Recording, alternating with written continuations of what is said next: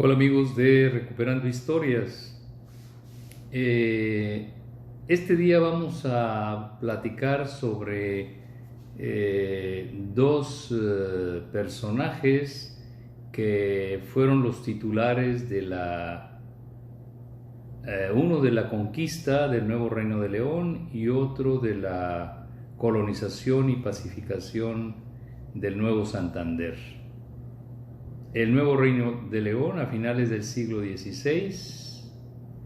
y el Nuevo Santander a mediados del siglo XVIII. Y ambos personajes de alguna manera tuvieron un fin similar. Una vez que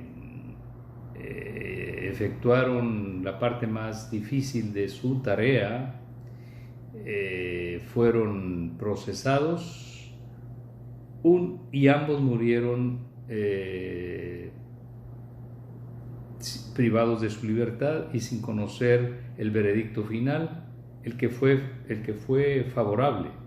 pero pues ya sin vida ellos.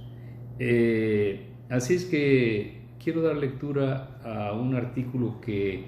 enlaza a estos dos personajes que están muy ligados a la historia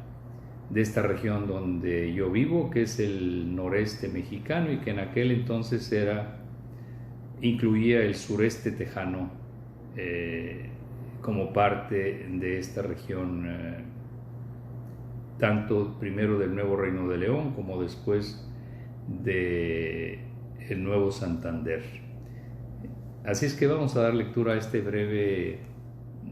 repaso histórico y creo que nos va a servir para conocer otro poquito más de esta región de México. El título es Absoluciones póstumas para dos colonizadores.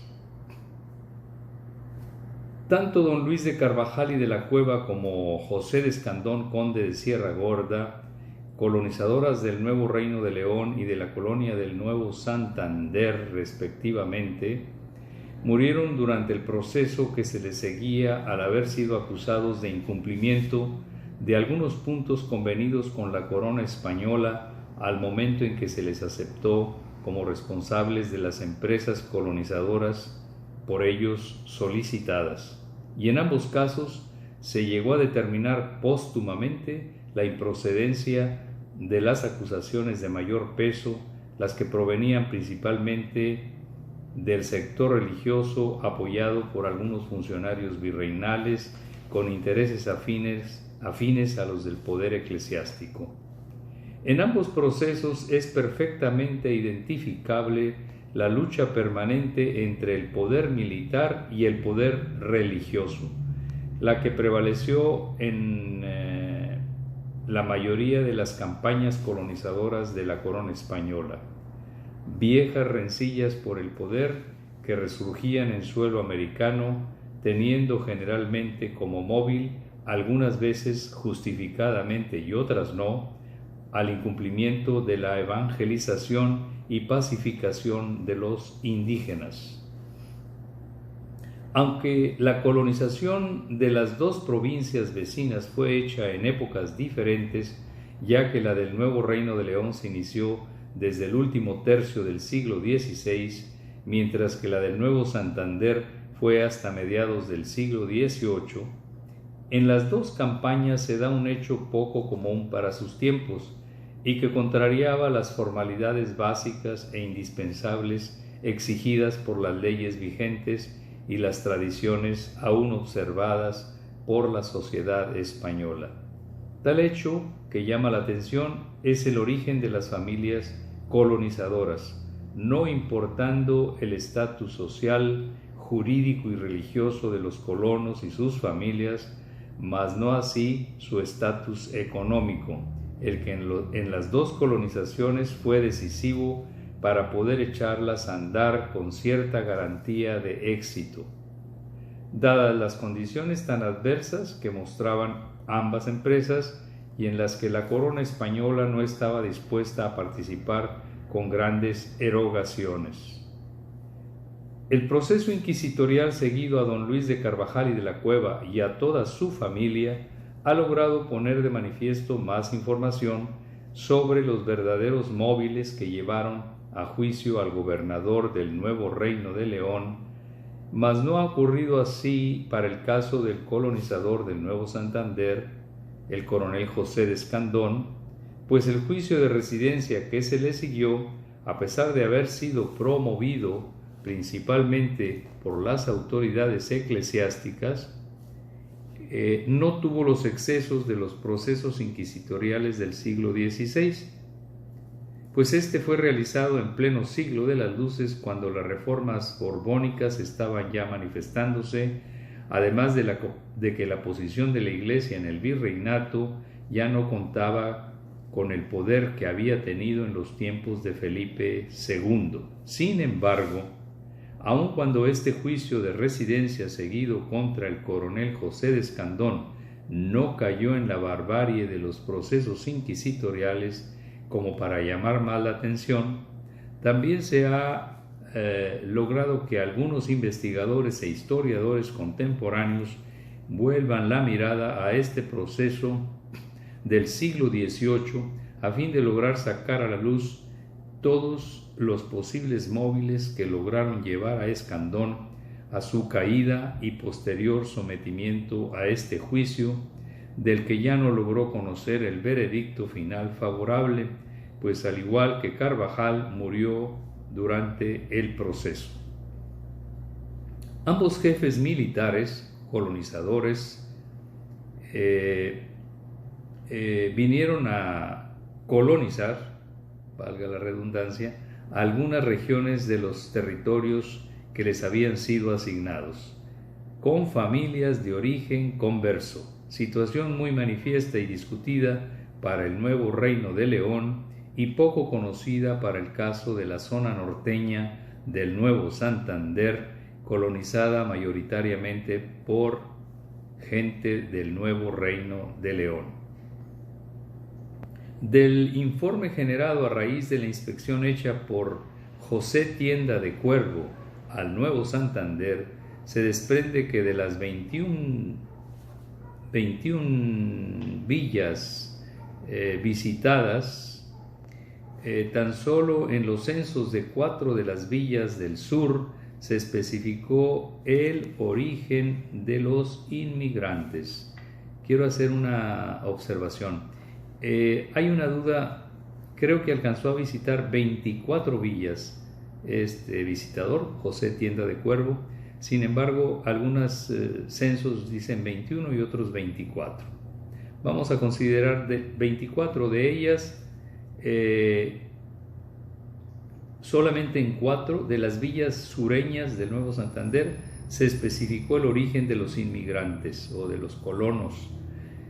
nuevos, quedando los censos de las villas restantes ubicadas en su gran mayoría en el norte de la nueva colonia, quedando estas otras restantes villas sin la especificación del origen de las familias fundadoras. Aspecto inexplicable para las costumbres de la época y que nos mueve a reforzar una vez más la hipótesis sobre el pasado judeo-converso de un buen número de las familias colonizadoras de esta parte del noreste de la Nueva España.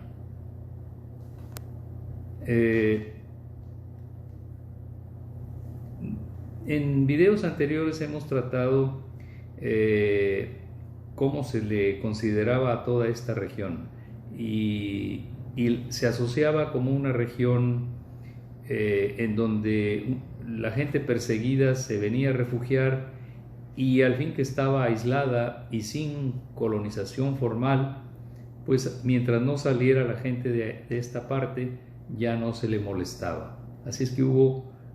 hay una serie de historias de buen número de gente perseguida, primero por la Inquisición y luego por otras autoridades virreinales que lograron salvar sus vidas en este punto.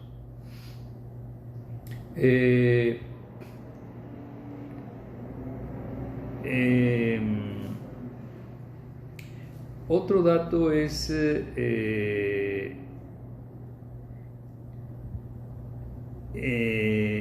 es interesante en estos dos procesos es que, bueno, en el siglo XVI, pues la Inquisición es una de las mejores fuentes de información. En el caso de Escandón, existe el proceso, pero no tiene la profundidad de análisis como con el caso de Carvajal. Sin embargo, ya existen libros que hablan en detalle sobre estos procesos. Solo diré que prácticamente todos los descendientes de Escandón, salvo uno que no logró a su vez tener gran descendencia, quedó sin descendientes. La gran mayoría, que a juicio de varios historiadores ya no tuvieron descendencia, es porque entraron a órdenes monásticas, a las mujeres, y al sacerdocio, los varones, de tal manera que ya no hubo descendencia, pero hay la opinión de que fue tal el impacto en la familia de este proceso seguido a su padre, que finalmente casi la gran mayoría acabaron en el sector religioso y tuvieron, alguno de ellos alcanzó a tener una labor, creo yo, destacada, porque fue quien levantó la excomunión a Miguel Hidalgo. Ya se encontraba para esa fecha en el estado de Michoacán, o en el área de Michoacán, en Valladolid concretamente, y tenía un rango eclesiástico que le permitía esa facultad, y la ejecutó, levantó la excomunión a Hidalgo. Es otra historia y muy interesante, pero este personaje tiene también sus grandes